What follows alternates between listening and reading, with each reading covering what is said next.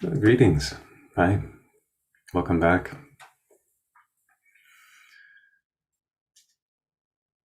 Wonderful to be with all of you. I'm seeing lots of good mornings, good days, sunshine, rain. It's a pleasure to practice together.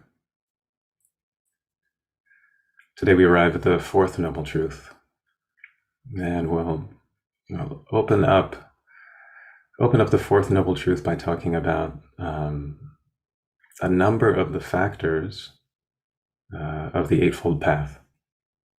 Talk about it from one perspective today, and then look at the final three factors from the perspective of meditation tomorrow. Let's begin with the sitting.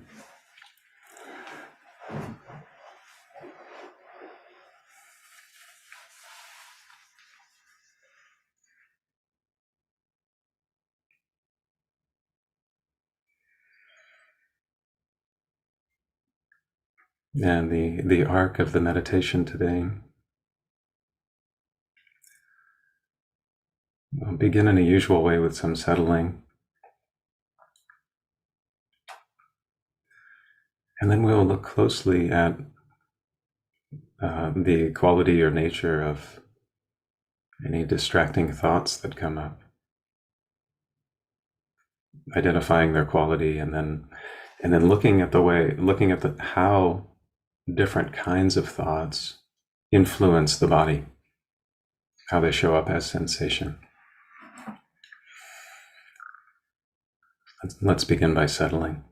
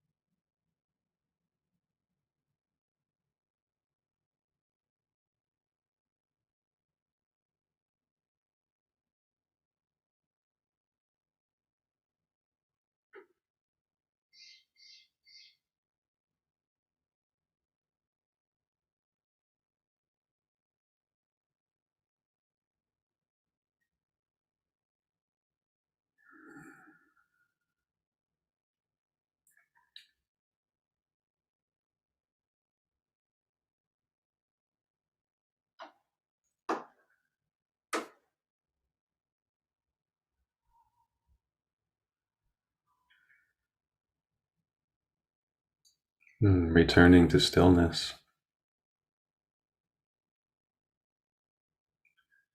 returning to our sensed relationship with the earth, supporting the body.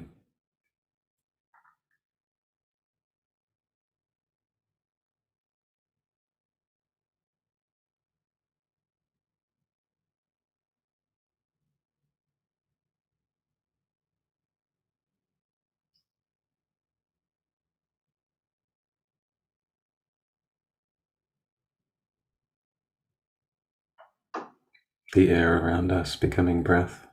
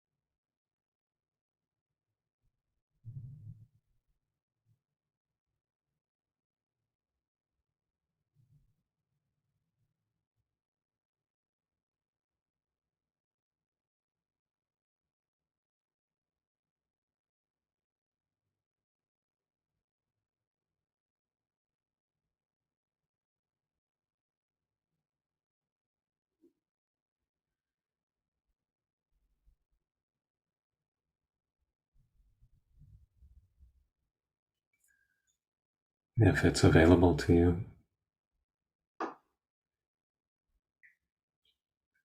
Giving some extra attention to abide in the body, in those places in the body it feels particularly still.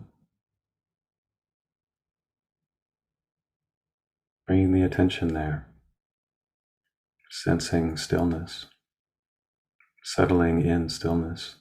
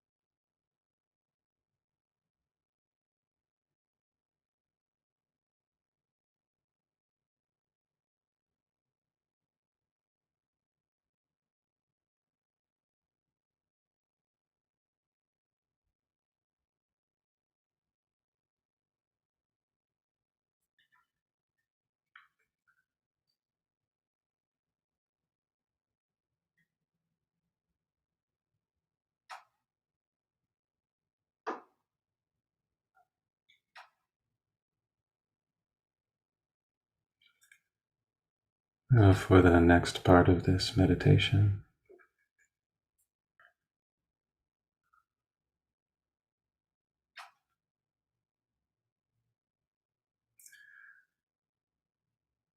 a bit like watching pebbles falling into a lake, rippling the surface.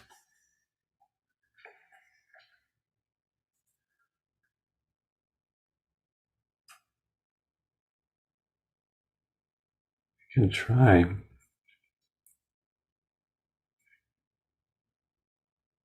paying close attention to the influence of thinking.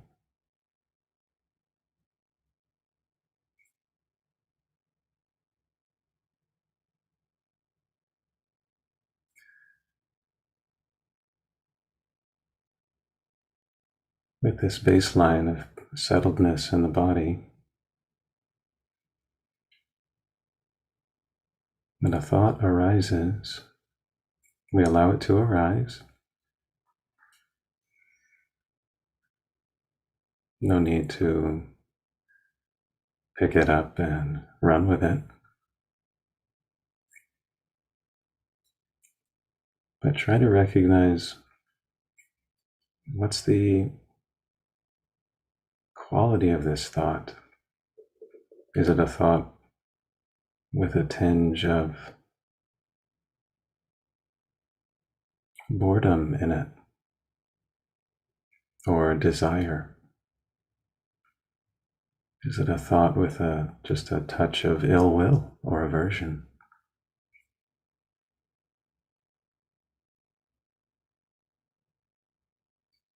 In one word, what's the quality of the thought?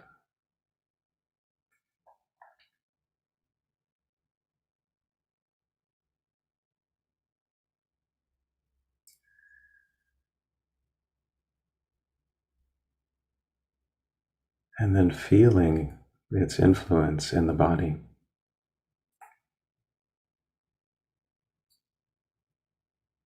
What's the signature of sensations that arises?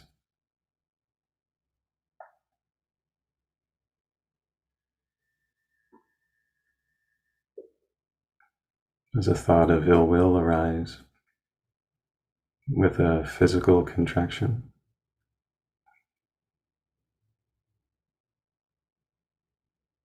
Or heat?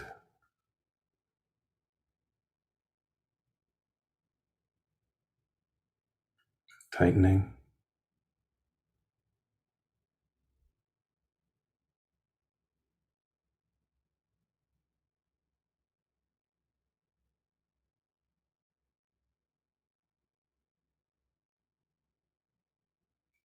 So what's the nature of the thought? Is it a thought of kindness or generosity?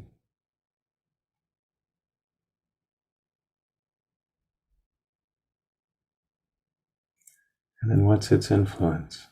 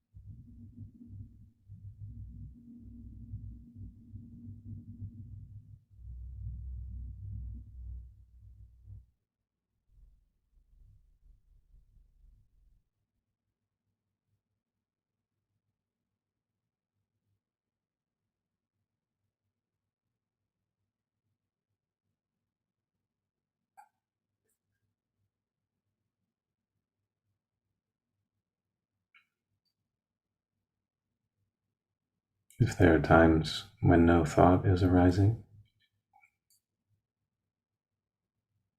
and no influence to observe, staying here with the body, with stillness, with peace.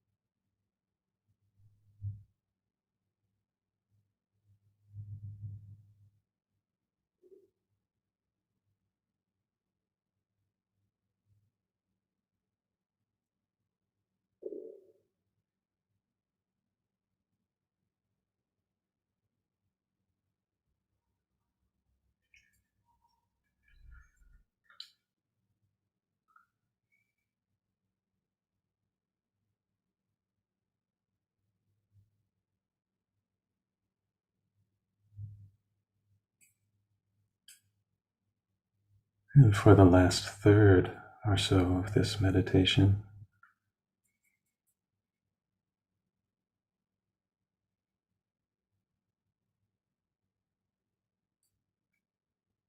beginning in stillness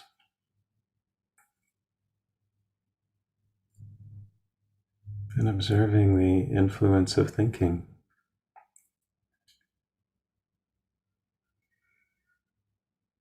Now, is there some way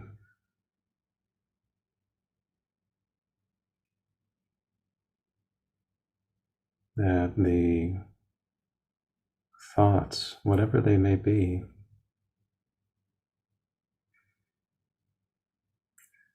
can be allowed to arise and accompany a peace and stillness?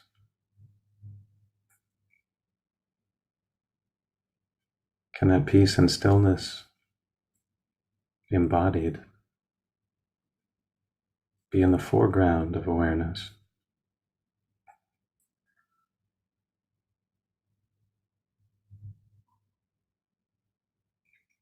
And thoughts can just come and go.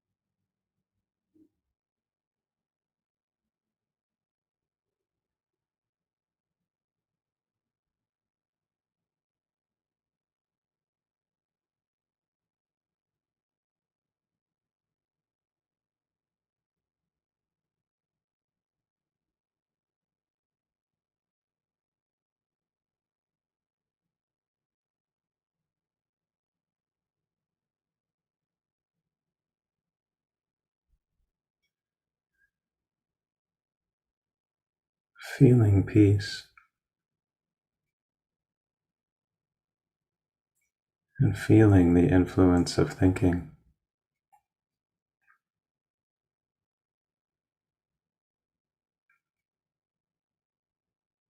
May all beings relate wisely to thoughts and impulses.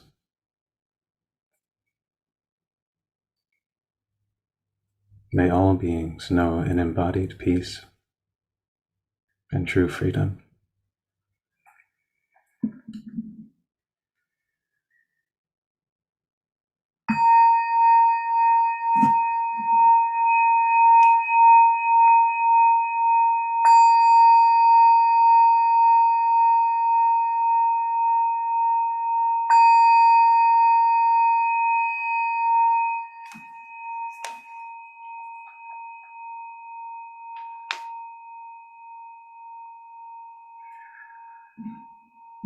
Thank you.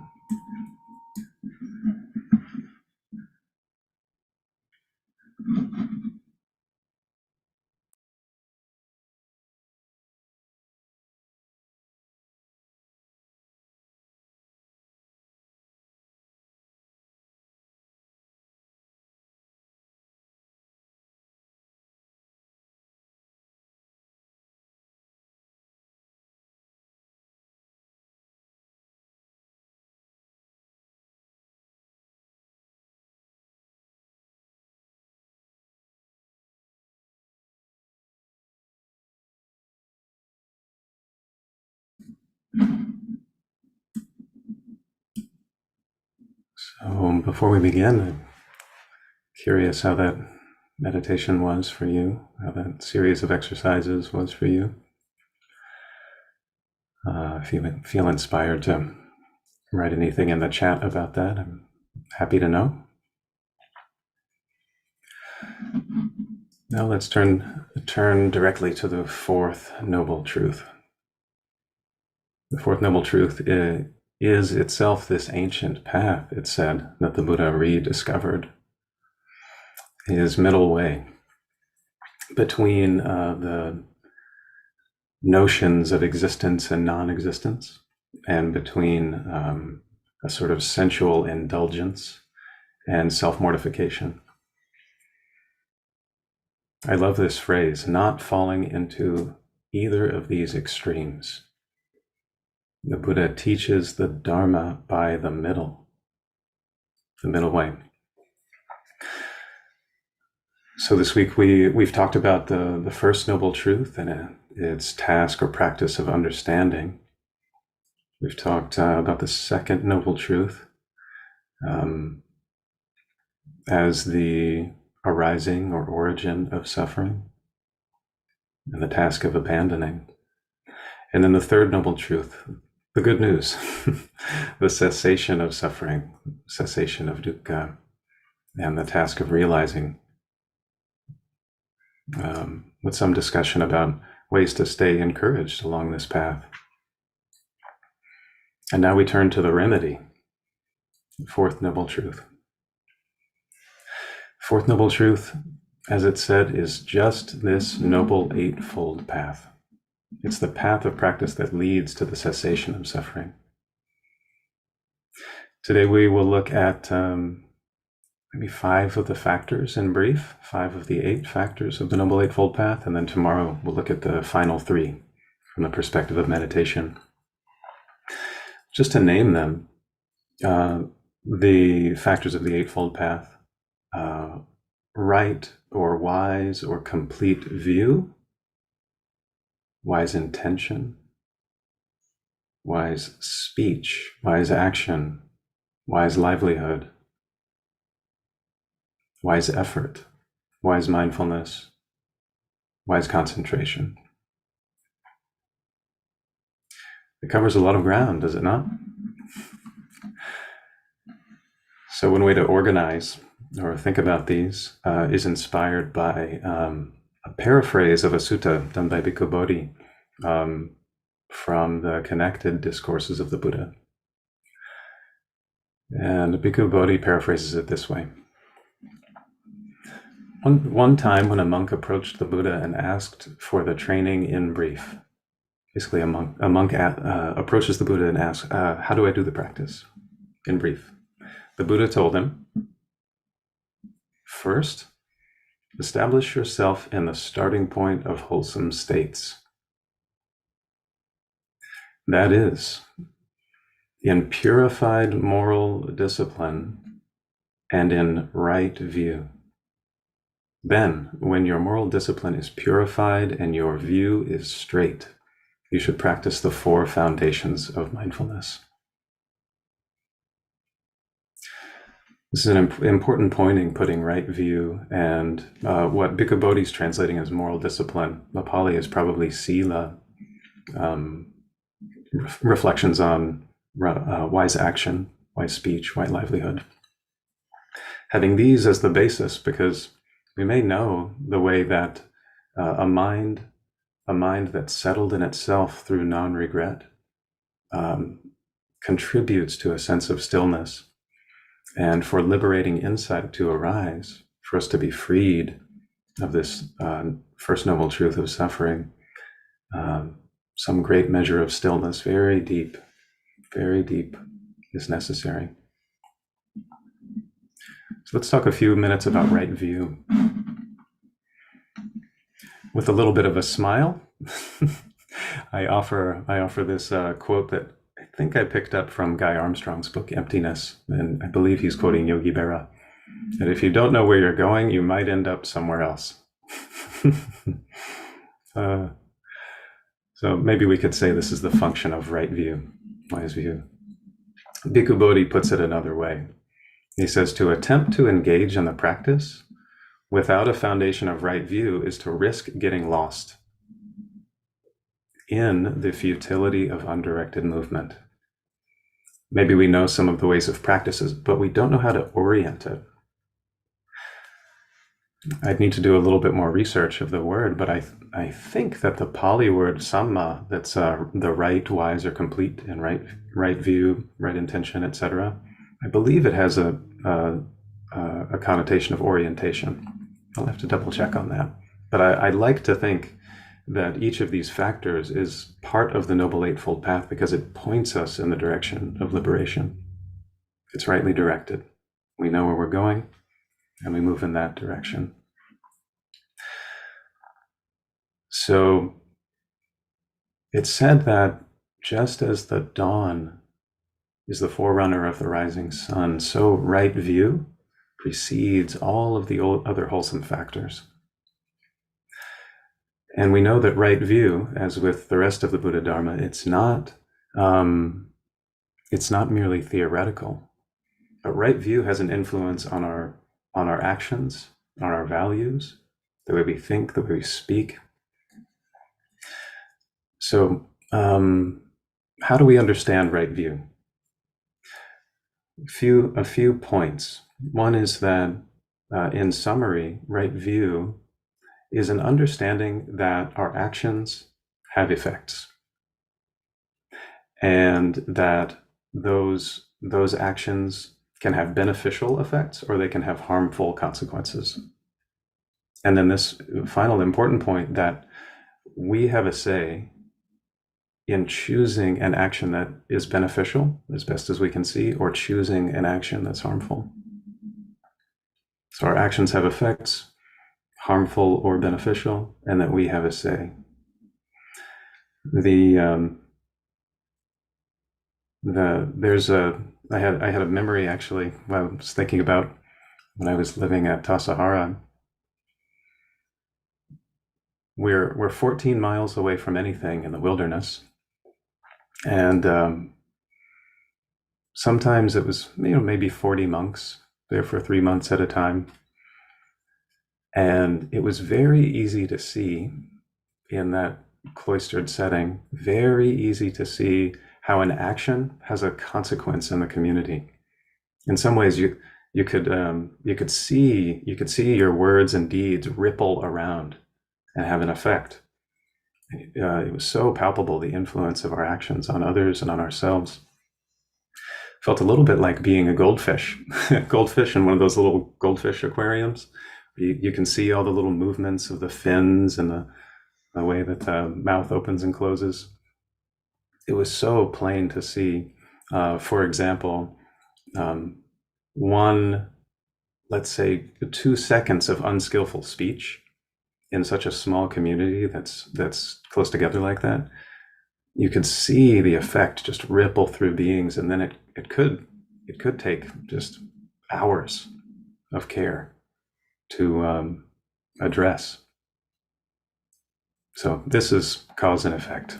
Our actions have consequences, and we have a say in whether we choose beneficial or harmful consequences.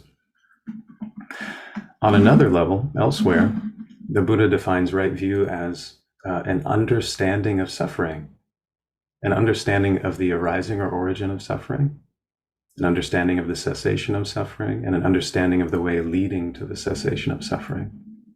Sound familiar? Do you hear the Four Noble Truths? Just our study this week, our study of the Four Noble Truths is part of this training in right view, wise view. And both of these modes, thinking about actions and consequences and studying the Four Noble Truths, both of these contribute to the path of liberation. So the basis in the sutta that Bhikkhu Bodhi pointed out, wise view, and then there's conduct. So let's talk in brief about 4 of these factors of the Noble Eightfold Path that I'm grouping under the heading conduct. So wise action, wise livelihood, right speech, right intention. Here we can apply a principle we talked about with the first Noble Truth, that is closely observing our actions and their effects, and then making room for new possibilities in our conduct for the purposes of developing the path of practice. You can think about viewing wise conduct under all 4 of these factors as observing and practicing from the gross level, the easy to observe level, to the very subtle level. On the level of the body, we can look at wise action and wise livelihood. This is maybe the easiest to observe. If you do a physical action, you can see it. You can see it on my camera now. Whereas an intention, for example, is not so visible. It takes some greater stillness. And the way the training is done in refining our conduct for the purposes of liberation is twofold. There's this first aspect of refraining from what is harmful. In a sense, it's a training in restraint. It certainly sounds like restraint. And then the other aspect is this creative, open possibility, some sort of new conduct happening. There's the refraining from aspect, and then there's bringing forward the beautiful. So we can look a little bit more closely at this if we zoom in on right action. 3 of the things that are advised to refrain from in practicing with right action. 1 is intentionally harming living beings. 2 is taking what's not given. And the 3rd is those ways of engaging in our sexuality that do harm. These are the things we hold, we restrain, or we certainly observe. And then there are positive associated behaviors and virtues. So instead of harming living beings or taking what's not given or harming through sexuality, we cultivate actions and virtues based in kindness and compassion, honesty and contentment and generosity.